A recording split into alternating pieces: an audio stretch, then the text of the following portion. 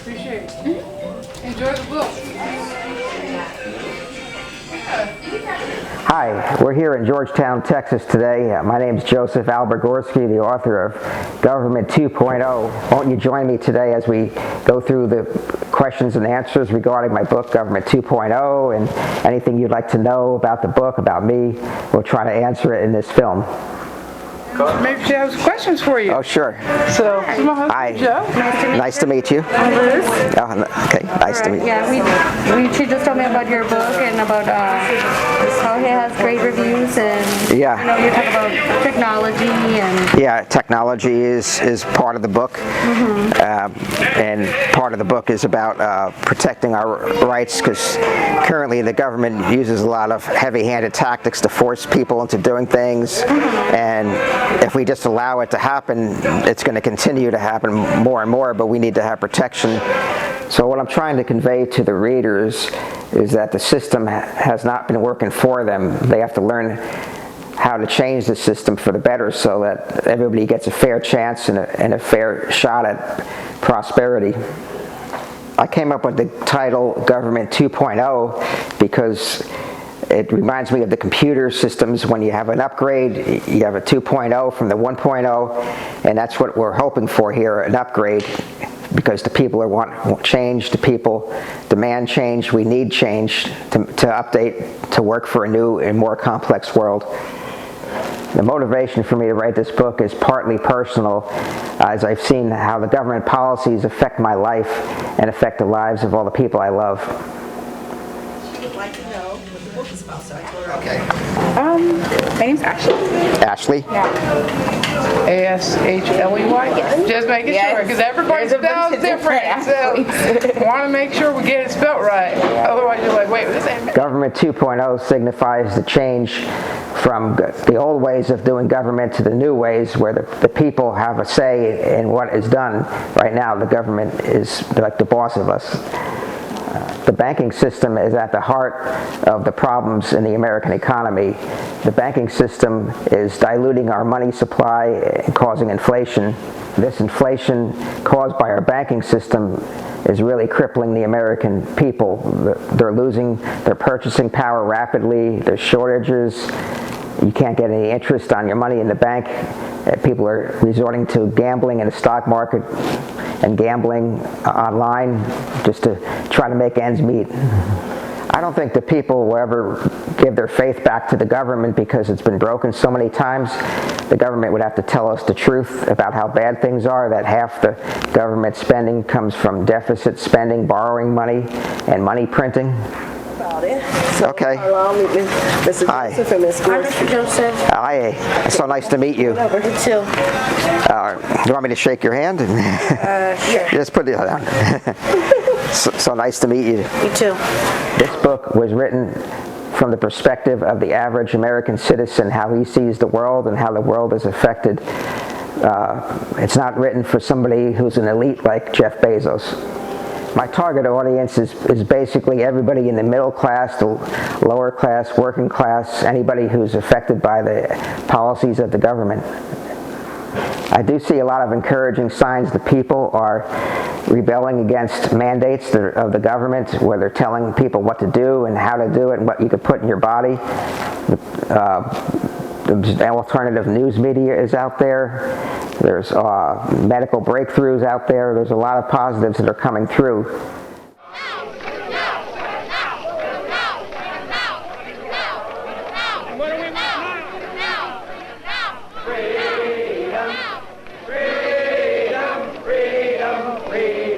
We're in the middle of a tipping point right now.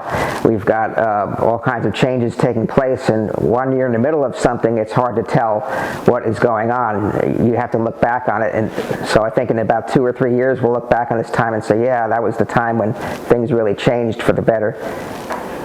The vaccine mandates is part of the tipping point right now. It seems to be the issue that's really galvanizing people.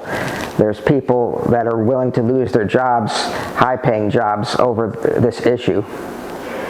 The government has been debasing the money through the banking system, and this is causing similar situations that we've seen in the past with like the Roman Empire, where it started debasing their currency over a period of 200 years, except we're doing it much faster.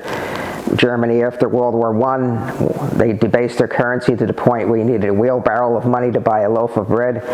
Venezuela, countries like that where they're have really high inflation right now, and people are eating out of the garbage because the country's destabilized politically and economically. It was once one of the richest countries in the world. Now it's going downhill fast.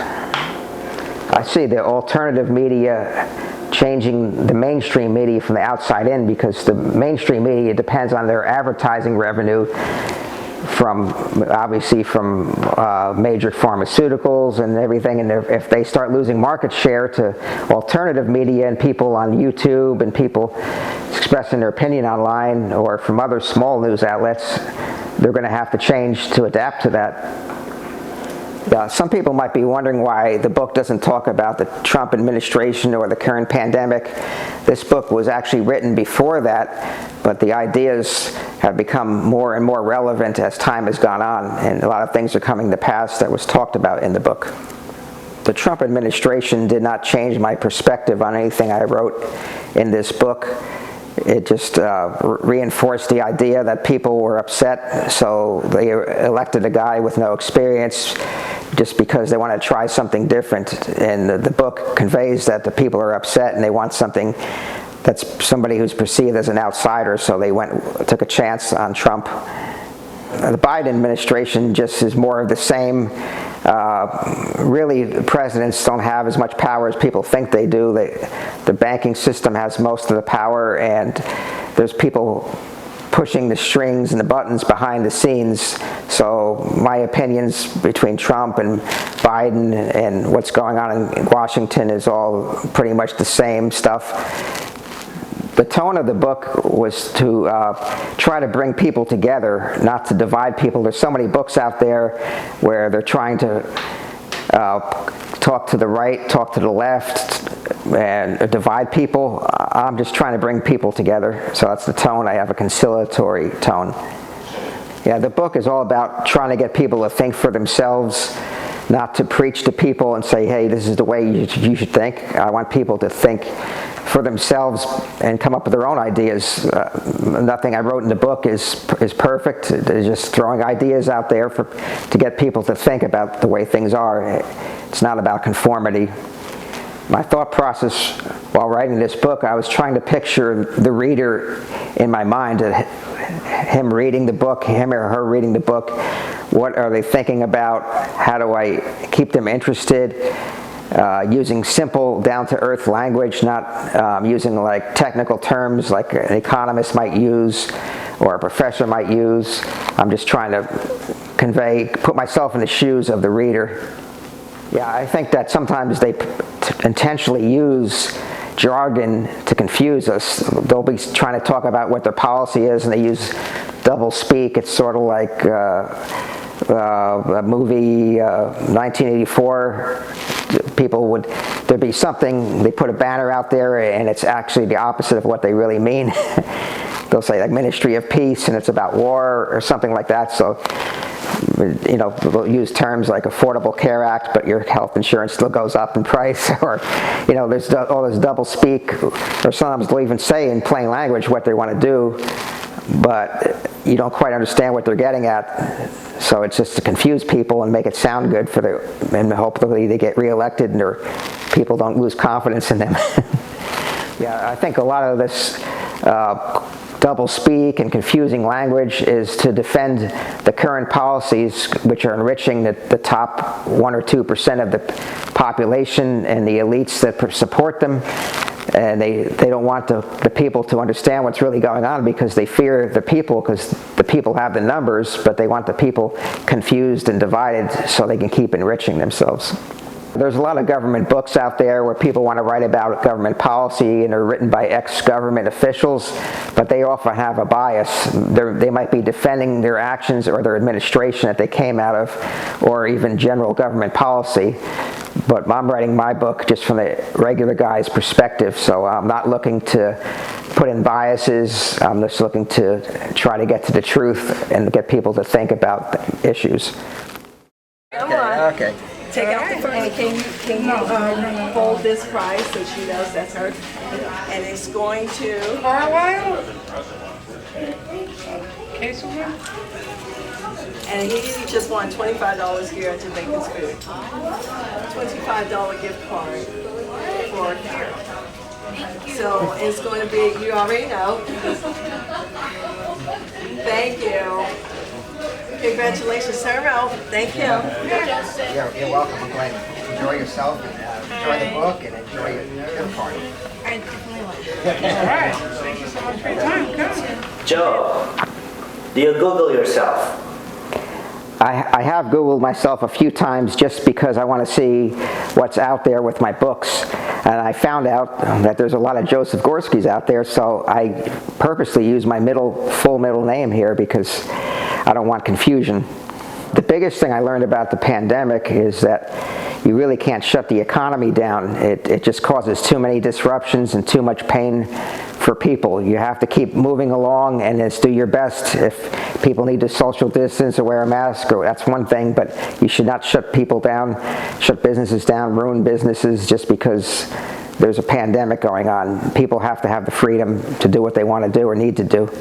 In the beginning of the pandemic, it didn't have any adverse effect on my family that I noticed, but in the last 6 to 9 months, with the inflation and the shortages, it's really having an effect on the family. My purchasing power, my paycheck has been reduced greatly. Everything you could think of is up in price quite a bit. Housing, especially, gasoline, food. So everybody in America much has taken a pay cut with this pandemic. And as far as my family with the pandemic, we had to spend a little more time just talking about politics more than we normally. You just go about your lives, and people don't really talk too much about what's going on in the world with the politics. At least you try to avoid that. And the pandemic has forced people to think about issues, including my family. Okay.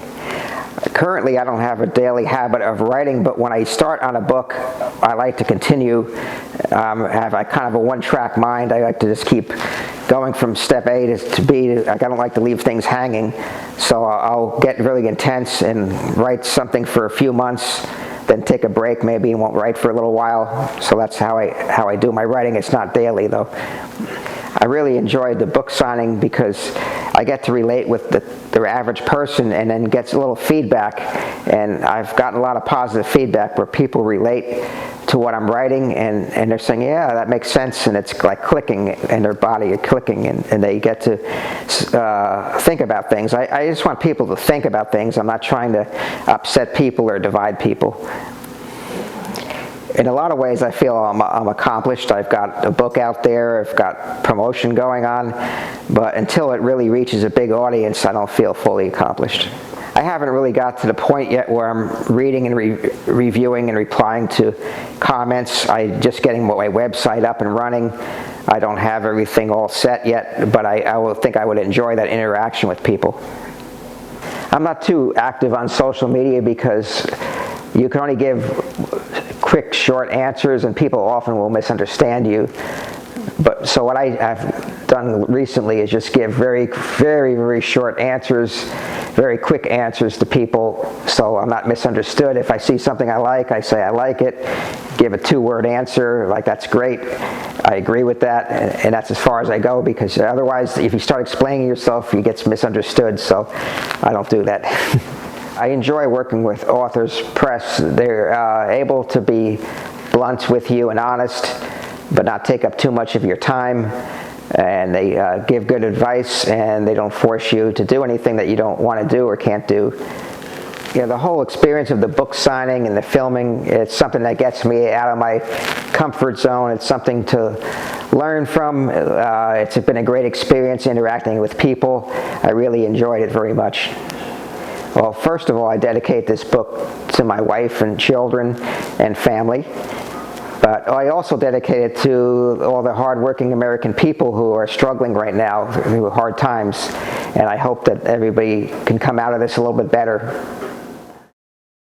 Hi, my name is Brenda. I'm Joe's wife, and he's the author of the book. And he's a great husband. He's a supporter of the family and likes to have fun. And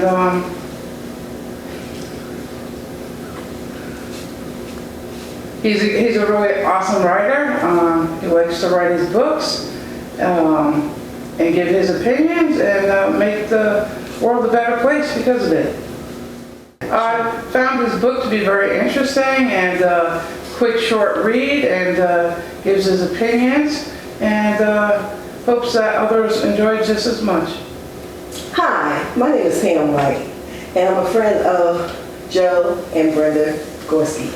I have been friends with them for about 4 years now, and they have helped out with so many things with me. But let me tell you about them, okay? Now, here's Joe. I find this man who had written this book to be one of the most awesomest father figure, husband to his wife. When he talks about his wife, oh my God, you see stars in his eyes. They've been married for 33 years, had 6 kids and everything. I mean, it's just awesome of what he does. He provides for his family. He's been doing that. Can you imagine? 6 kids. Yes, that's what I said. Wow. Okay. And Brenda, oh my God, another writer in his family. She is a poet, and we call her Pepper the Poet, you know. But anyway, about Brenda, she's a mom. She goes out of her way. She is so kind. When people come to her, talk with her, my goodness, this woman will go out of her way to make sure that she can help you. It's just amazing about these two, how they came together. And it's just amazing. You'll have to read his book, Government 2.0, because that is a fascinating book.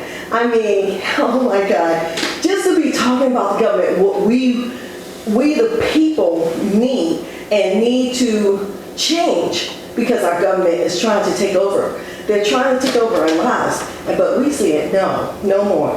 And God has given this man such wisdom to be able to write this book years ago, and for it to be coming out right now and making it such an incredible movement.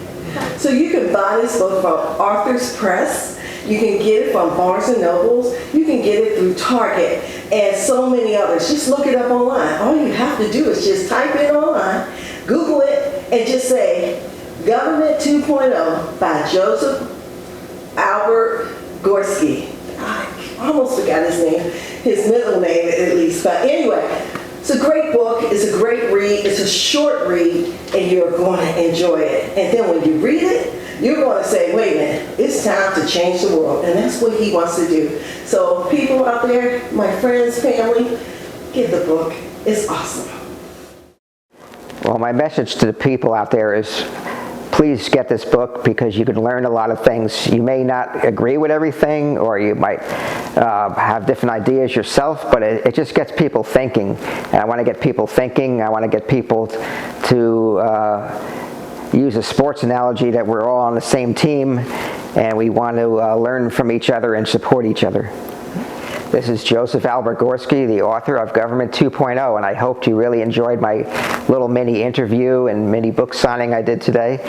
I enjoyed it very much myself, and I hope to help people's lives and help to make the world a little bit better place because of my input.